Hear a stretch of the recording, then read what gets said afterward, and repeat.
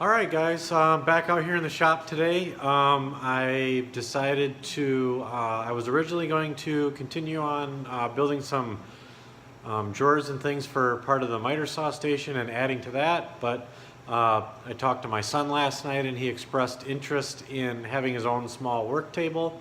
I couldn't agree more. The one we have here is quite big. He can step on a stool and everything, but he's kind of talked about having his own little space, and I'll probably add to it down the road, add some drawers and shelves and things, but for now I'm going to get the typical construction done of the top and sides, and then we'll go from there, because I'll need to order some drawer slides and stuff. I'm going to do it typical, just some 2x4 construction, 3/4 inch top. I've decided though it will probably turn into as well, not only for my son's work table, but I'm going to eventually put some T-track probably in it as well, and it'll be kind of a small assembly table off to the side that we can wheel around and do different things at. So it'll be a great addition for him, but it'll also be useful for me as well. So stick around and let's go through the build. Alright, you can see here I'm just starting to get the cut list for my legs and put the leg assemblies together. You can kind of see on camera right now that I just set up a stop block, and it just makes the cuts a lot easier, and the cuts are all the same. You can see off camera that I did set up another stop block. The way that I do it is I set up my first cut on the board, I make a line, and then that's where I set up my stop block. May not be the easiest or the most, the best way to do it, but that's way seems to work for me. Maybe down the road I can set up the correct stop block fence and probably get easier. Just here I'm just drilling all the pocket holes in all the pieces. You can see I got a new Craig fixture, the K5. That has been a game changer for me. It has been awesome. Just got dust collection hooked up to it, a shop vac, and the pieces there's like no mess. It's absolutely awesome. It makes a lot quicker work of setting up your stock of what you're using. There's no wrenches used and readjusting the clamp fixture or anything like that. It has been a lot better. Just clamping the pieces here obviously to the table, adding some glue, some pocket screws. These are going to be the sides of my table. Just clamping them down, making sure everything is nice and even, because with 2x4s and things, you guys know that it can get a little hard to keep square and flat and everything else. So just doing the best I can. And again, it's just a little cart here I'm building. It's not an extensive build.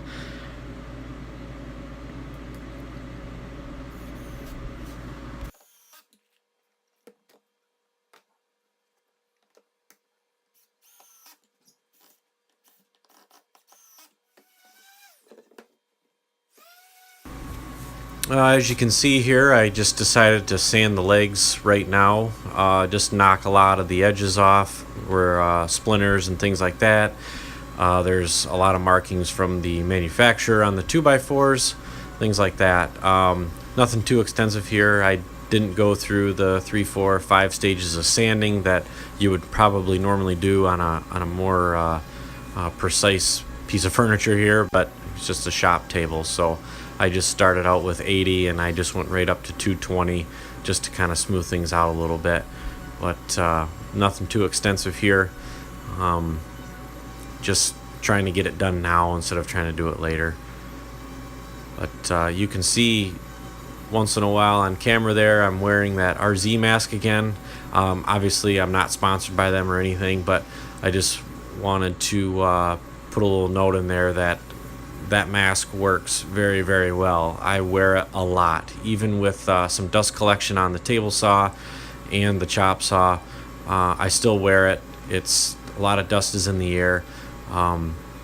It's working out great. I would love at some point to put air filtration system in and the ceiling, that'll definitely help. But for now, this is works pretty well. The sander that I'm using is a DeWalt.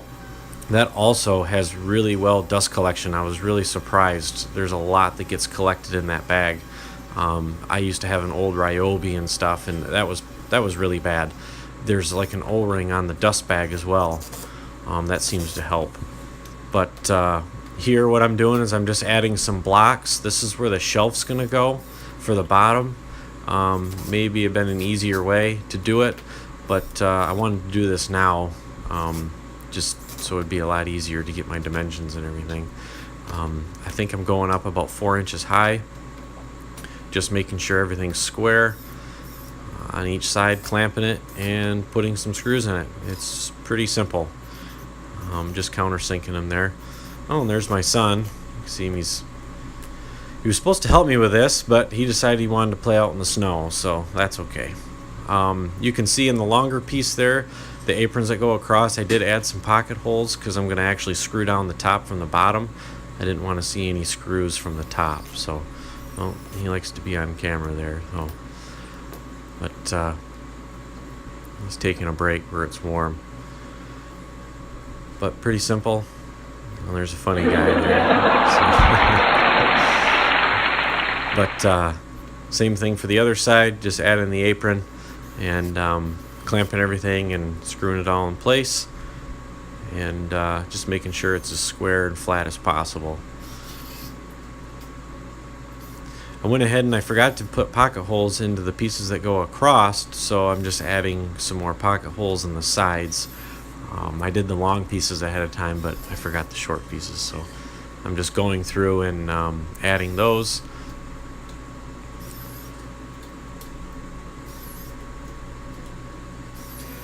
That Craig K3 works out pretty well when you forget things like that.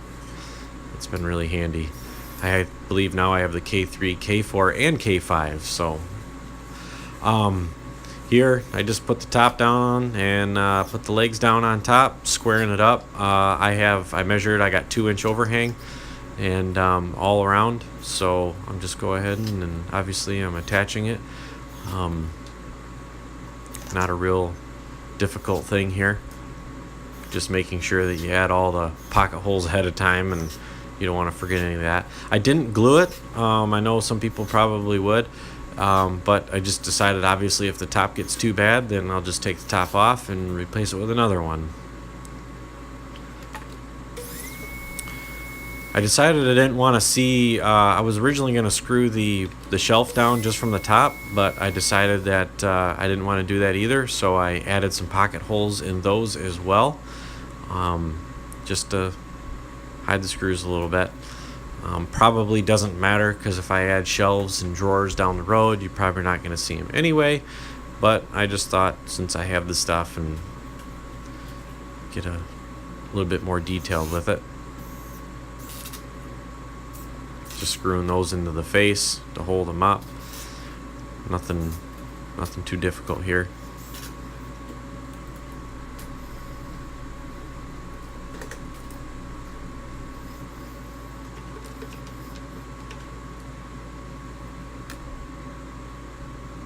Square up the bottom. I actually had to go back and pull in one of the legs once it was all done. It wasn't quite right, so I had to remove part of the bottom and pull in one of the legs. It wasn't quite square, but just went ahead and added the screw to the bottom, and nothing came through the top, so that was good. It's just adjusting your pocket hole fixtures to make sure that for the material and things like that.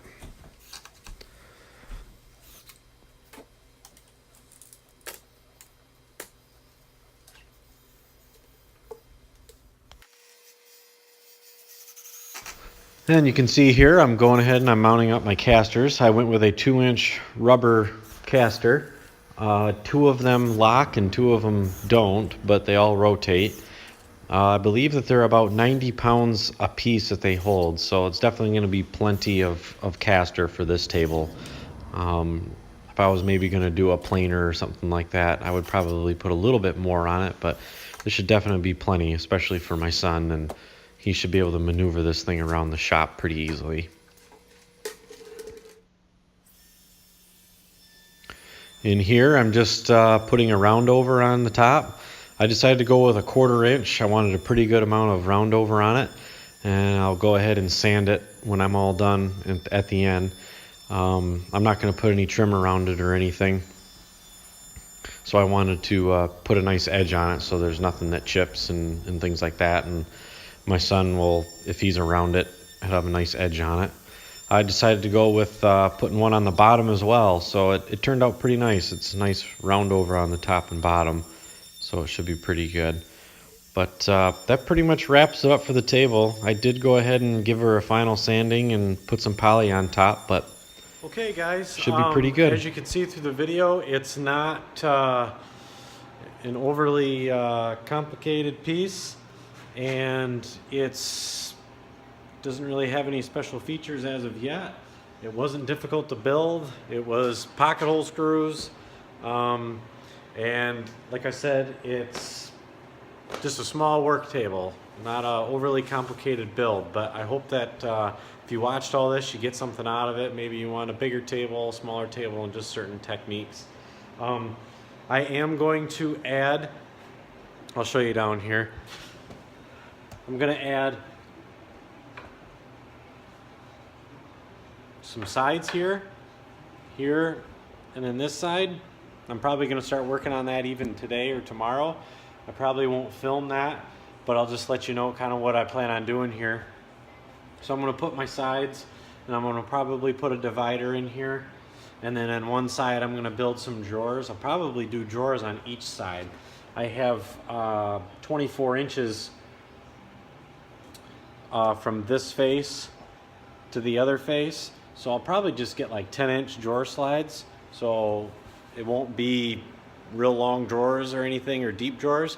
But if I plan on using this at some point for some T-track assembly table or anything like that, I'll have some drawer space to keep all the fixtures that I want to get with that. And then of course I'll just keep some shelves. Shelves are nice to have.